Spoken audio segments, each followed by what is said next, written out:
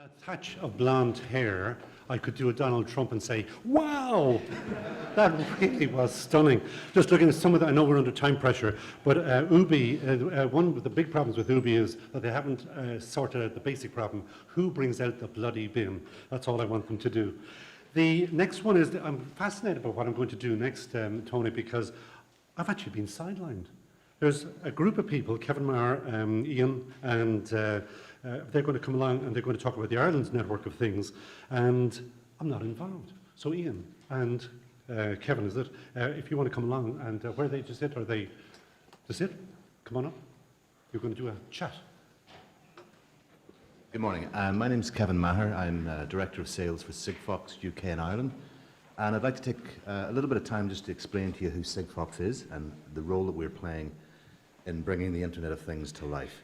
Sigfox is a French company. It's been going since 2009, and in the last 3 years has really started to focus now on what it can do in the value chain in terms of getting the data from all those devices that we've talked about. So, very quickly, we all know it's a big market. We know there's huge potential for IoT. Looking right back from computers through to the mobile phone in the 80s, the internet, and today, the growth cycle is just shortening. It's getting incredibly short. And that was evident to me when I went to Mobile World Congress this week in Barcelona.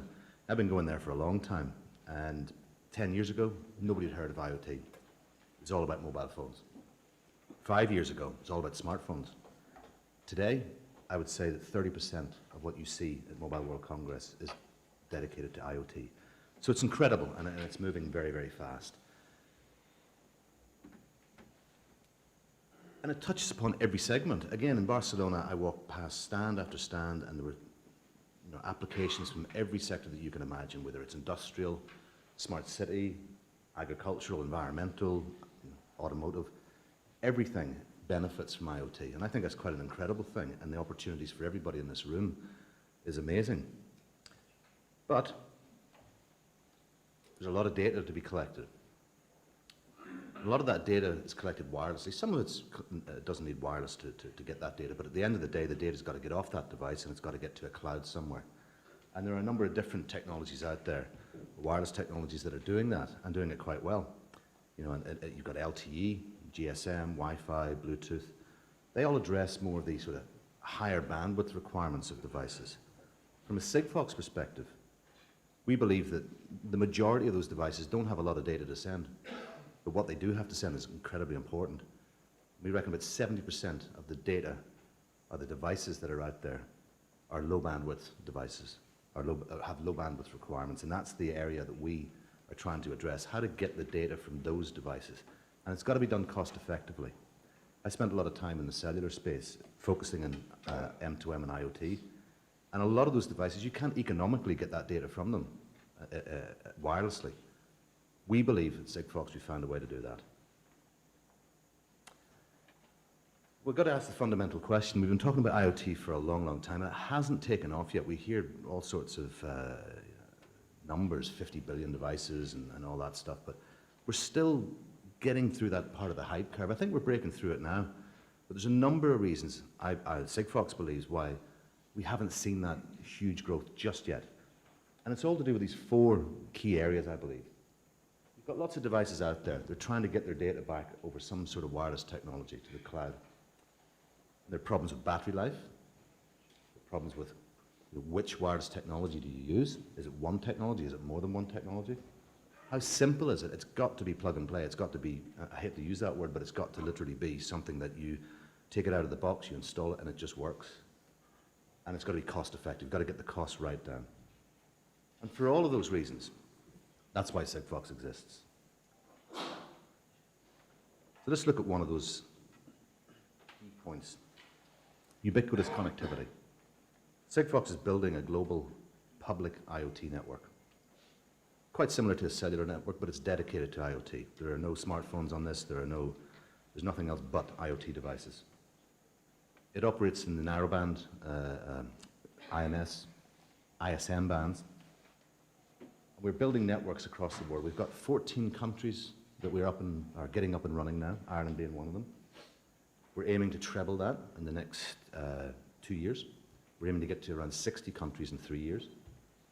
currently got about 2 million square kilometers covered by our networks. 7 million devices today are communicating on it.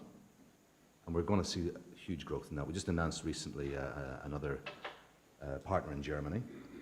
So we're going to start seeing a lot of deployments of our network technology. And then the more important thing here, or equally important thing, is getting the cost driven down. If you look at the various modules that are out there for Wi-Fi, not so much Wi-Fi, but cellular, not necessarily that cheap to put that into a device and get that data back. So what we're doing is we've made our protocol royalty-free to the ecosystem. So we're working with silicon manufacturers, helping them to get the Sigfox protocol embedded into their chipsets. We're working with modem manufacturers to help them get modems out there for early prototyping. There are no SIM cards involved in this technology. It's chipsets only. Again, to my previous slide, it's a public network. It's not a private network. You don't have to go and put a base station up on a campus and manage that and get it working. Where you've got the Sigfox signal, you will get connectivity.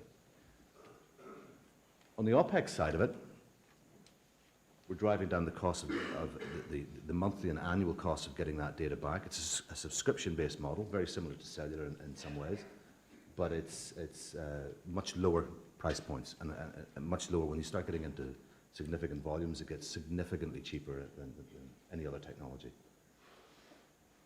So my final slide is about the simplicity of it. We have developed a technology. We're a mobile operator, a global mobile operator.